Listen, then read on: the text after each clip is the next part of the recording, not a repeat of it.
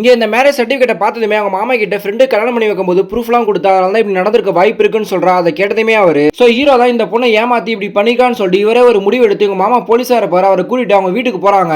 But முன்னாள் night ஹீரோட அப்பா தண்ணியில விழுந்து இறந்து போறாரு. அதனால இவன் சாப்பிடாம கூட இருக்கான். அது தெரிஞ்சதுமே ஃப்ரெண்டு டீ குடிக்கலாம்னு சொல்லி கூட்டிட்டு வரான். அப்ப ஹீரோட சித்தப்பா வந்திருப்பாங்க. அவங்களை கூட்டிட்டு போறதுக்காக அவன் ஃப்ரெண்டுமே அங்க வந்து கிளம்பிறான். அந்த பொண்ணுமே அவங்க மாமாவோட அங்க வந்து ஹீரோ அடிக்க ஆரம்பிச்சிடறாங்க. அவங்க போனதுமே தான் ஃப்ரெண்டு வந்து இந்த விஷயத்தை கேட்டதுமே அவங்க சர்டிபிகேட்டோட விஷயம் தெரிஞ்சு போச்சான்ற எல்லா உண்மையும் சொல்றா. அப்பதான் ஹீரோக்கு எல்லா உண்மையும் தெரிய வருது. இப்போ இத அவங்க மாமா கிட்ட சொல்லி புரிய வைக்கிறான். அவங்க மாமாவே இவங்க மேல எந்த தப்புமே இல்லைன்னு சொல்லிட்டு புரிஞ்சுக்கிறாரு. அந்த வக்கீல் கிட்ட போய் சண்டை போடுறாரு. அவர் இந்த வேலையை எப்படியாச்சும் சரி பண்ணணும்னு சொல்லிட்டு சொல்றாரு. ஆனா ஒரு வாரம் லீவ்ல அங்க இருந்து வெளியே போயிடுறாரு. சோ வேற ரெஜிஸ்டர் ஆபீசர் வந்திருக்காரு. சோ அவரை பார்க்கணும் அந்த பொண்ணே நேர்ல வரணும்னு சொல்றாங்க. இது அவங்க மாமா கிட்ட சொல்லி அந்த பொண்ணுமே பருதாலாம் போட்டுக்கிட்டு இங்க வந்திருக்கா. பட் அடுத்த நாள் காலையில இங்க வந்துருங்க எனக்கு வேலை இருக்குன்னு சொல்லிட்டு போயிடுவாரு. சோ இந்த பொண்ணு அங்க வந்து வெயிட் பண்ணிட்டு இருக்கா. ஆனா ஹீரோ வர லேட் ஆயிடும். அதனால அவர் அங்க வந்து கிளம்பிடுறாரு. இதனால இந்த பொண்ணு ஹீரோ மேல கோவப்பட்டு இந்த கல்யாணம் மட்டும் நடக்கலாம் என்னோட அம்மா உயிரோடவே இருக்க மாட்டாங்கன்னு சொல்லிட்டு ரொம்ப ஃபீல் பண்ணி அழுகுறா. ஆக்சுவலா கொஞ்சம் வருஷத்துக்கு முன்னாடி உங்க அக்கா அவன் லவ் பண்ணி யார்கிட்டயும் சொல்லாம ஓடிடுவா. ஆனா கொஞ்ச நாள் இறந்து போயிடுறா. சோ இதனாலதான் இந்த பொண்ணு ஹீரோவை இப்போ லவ் பண்ணுவா. ஆனா இந்த விஷயத்த சொல்லாம அவங்க பாக்குற மாப்பிளையே கல்யாணம் பண்ணிக்க ஒத்துக்கிறா. பட் இப்போ இந்த பொண்ணு அந்த பருதாவை ஃப்ரெண்டு வீட்டை கொடுக்கும்போது